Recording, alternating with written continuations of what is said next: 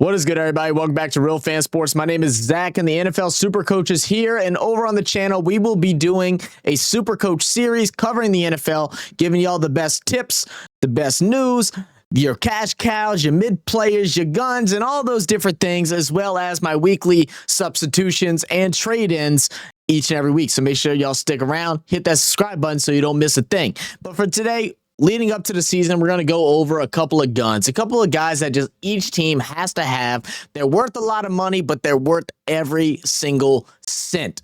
And I feel like the most important position in everybody that's looked at the score sheet and how scores are dictated, it is the quarterback position. The quarterback position is so heavy this year. They also are the most expensive, but I think if you don't have these two players, you are going to truly miss out. And that is no other than Josh Allen from the Buffalo Bills.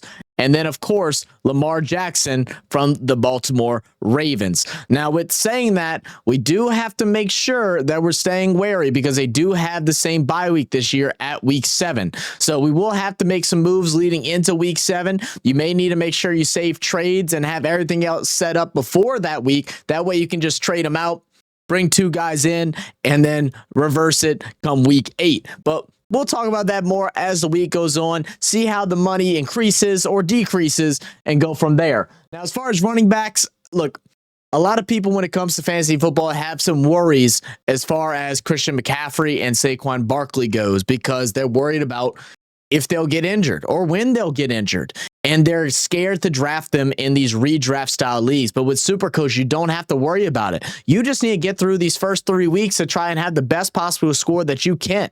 And these guys, Saquon Barkley and Christian McCaffrey, regardless of what changed, how much older they have gotten over the year, or what injury they've had, it does not matter at this point. They're going to get usage, and it's going to be crazy amounts. Saquon Barkley, obviously your rush leader last year, hoping to do the same, was just a couple yards off of beating the NFL record for most rush yards in a season, which is unbelievable. He would have beat it too, but they decided to rest him, which is fine.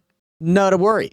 Saquon Barkley is a must-have. The offense is going to go through him. It will until he collapses, so he is a must-have. Now, Christian McCaffrey, you can switch him out with somebody else. Now, because McCaffrey didn't play as much last year, his money value is a little bit lower than some of these other like stars like Bijan Robinson or like Jahmyr Gibbs.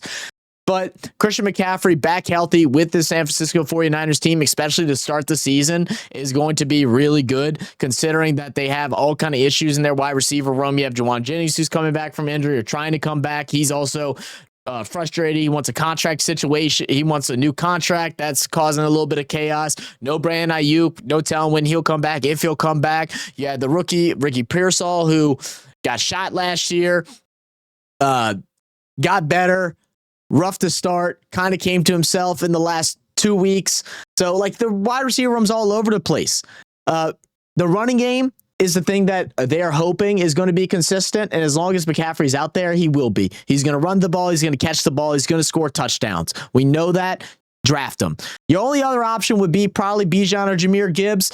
But in my eyes, because of the flexibility of money, saving the extra $3 million, I think McCaffrey is a fine option for now. And then maybe you'll switch him out later. Who knows?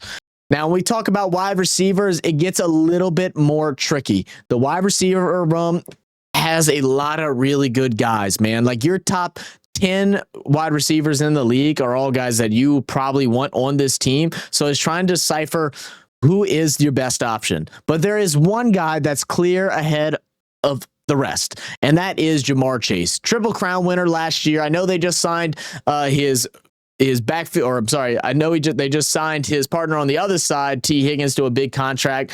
But Jamar Chase and Joe Burrow have a connection like no other that dates back all the way to their college years at LSU. That isn't going to change. His targets aren't going to decrease. You've already seen through preseason some of the most ridiculous catches I've ever seen in a preseason match ever. I'm talking toe touches in the back of the end zone, one-handed grabs, and all of that. So Jamar Chase is an absolute lock as your wide receiver. Before you pick anyone else, you grab him.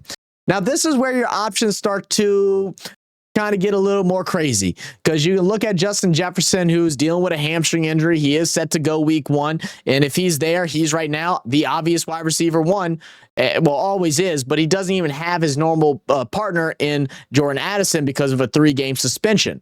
So with 3 games before he comes back. Justin Jefferson, if he stays healthy, he's an easy start in this situation. It's just hoping he stays healthy for these 3 weeks. So I got to take the risk, and I got to go ahead and put him here regardless of how worried I am about that hamstring. Now, another guy is Amon-Ra St. Brown. They play for a electric offense, but there is a new offensive coordinator now. Ben Johnson no longer there, now coaching over at Chicago for the Bears. But Amon-Ra, he's just got all the talent. They have extended out that wide receiver room. Williamson obviously coming into his own. He's been playing really well. They also go and draft Isaac Tesla during this past draft of 2025 back in May. But Amon-Ra St. Brown is still a very good have. Now, do I think he's a must? I don't really think so. He's one of the guys that I'm bouncing around between of switching him out with maybe even someone like a McConkey, or even a Nico Collins, but there's so much give and take. A lot of this is some gut feeling, so we got to look at the matchups, which we will do in another video. So make sure y'all stay tuned for that. Now, another guy is CeeDee Lamb. CeeDee Lamb has been consistently one of the top 3 wide receivers, top 5 wide receivers in the NFL pretty much since he came to Dallas. So CeeDee Lamb for me is a lock. Even though they brought in George Pickens, CeeDee Lamb's targets may decrease a little, but I mean, that's not necessarily a bad thing. That also means you're not going to have a over-the-top safety hovering him all game because they're not worried about the other 2. Last year was Brandon Cooks and Tolbert and Turpin.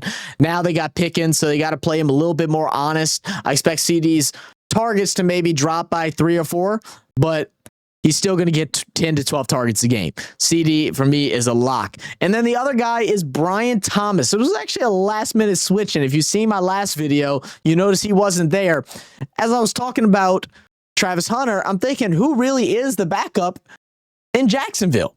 They're going to be doing running backs by committee. Trevor Lawrence is kind of in a situation where he needs to get his stuff together right now, or he may not be on this team next year.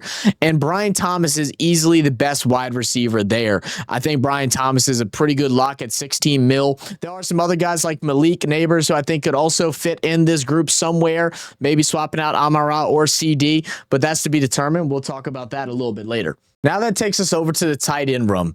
Now, the tight end room, you got options. I mean, I think you have 3 really prominent options that you can't go wrong, regardless of which one you pick. You got your rookie sensation from last year, and Brock Bowers, who plays for the Las Vegas Raiders, who now has a new head coach, an established head coach in Pete Carroll. You also have a new quarterback in Geno Smith, who we've seen he's been able to do really good over the span of the last 3 or 4 years since he's finally gotten a starting shot. I think he has a possibility, a chance of being even better, performing even higher, creating better stats this year. Then you go ahead and head out to Arizona into the desert where you have Trey McBride, who's kind of in the same situation. It's not like they went ahead and totally changed their wide receiver core, so he's still going to be a main target in that Arizona defense. And week 1, they do play my New Orleans Saints. I try not to dog on my Saints too much. I like to be optimistic, but it's a pretty favorable matchup for a guy like McBride. But the guy that I'm going to go ahead and say is my lock for tight end is George Kittle. Now, he is the most expensive of the bunch. I think he's about $1 million over the other 2. But George Kittle, in my eyes, is going to be the top tight end by the end of this season. I feel like he's in a situation to where he is the foundation holding up the house, which is this San Francisco 49ers team. With all that chaos, like we talked about, of why I think Christian McCaffrey is going to do good this year, it's even more prominent when it comes to George Kittle. And that's because wide receiver injuries, chaos with contract negotiation, young players and all that, but you just have George Kittle and he's still there ready to play some damn football. He's a target that Brock Purdy loves. He's used him whenever he's healthy. Hopefully George Kittle has a healthy season, and if he does and he stays healthy throughout the whole year, I think George Kittle ends up being the top tight end this year. Now, if you're trying to save $1 million or whatever, $1 million, you can go ahead and grab Brock Bowers or McBride, and I think those are fair matchups, and I don't think anyone's going to tell you any differently. But even as some of these cheaper options show up, there's none that fully stand out to me. I mean, Sam Laporta is a little bit cheaper. He was one of those guys that was on your higher end tight ends, but they have too many options now out there in Detroit. I just don't see that being the same this year. Mark Andrews getting older. No telling what's going to happen with him. I think that your safe bet, at least as for your one tight end, is got to be George Kittle. So y'all let me know what y'all think, but these are the locks that I feel like you absolutely need to have. Josh Allen and Lamar Jackson, Saquon Barkley, Christian McCaffrey, Jamar Chase, Justin Jefferson, and George Kittle. If you want your team to win, you need to have these guys on your squad.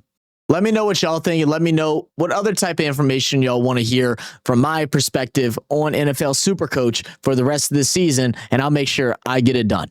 Appreciate you guys. Love you guys. Catch you on the next one. Cheers.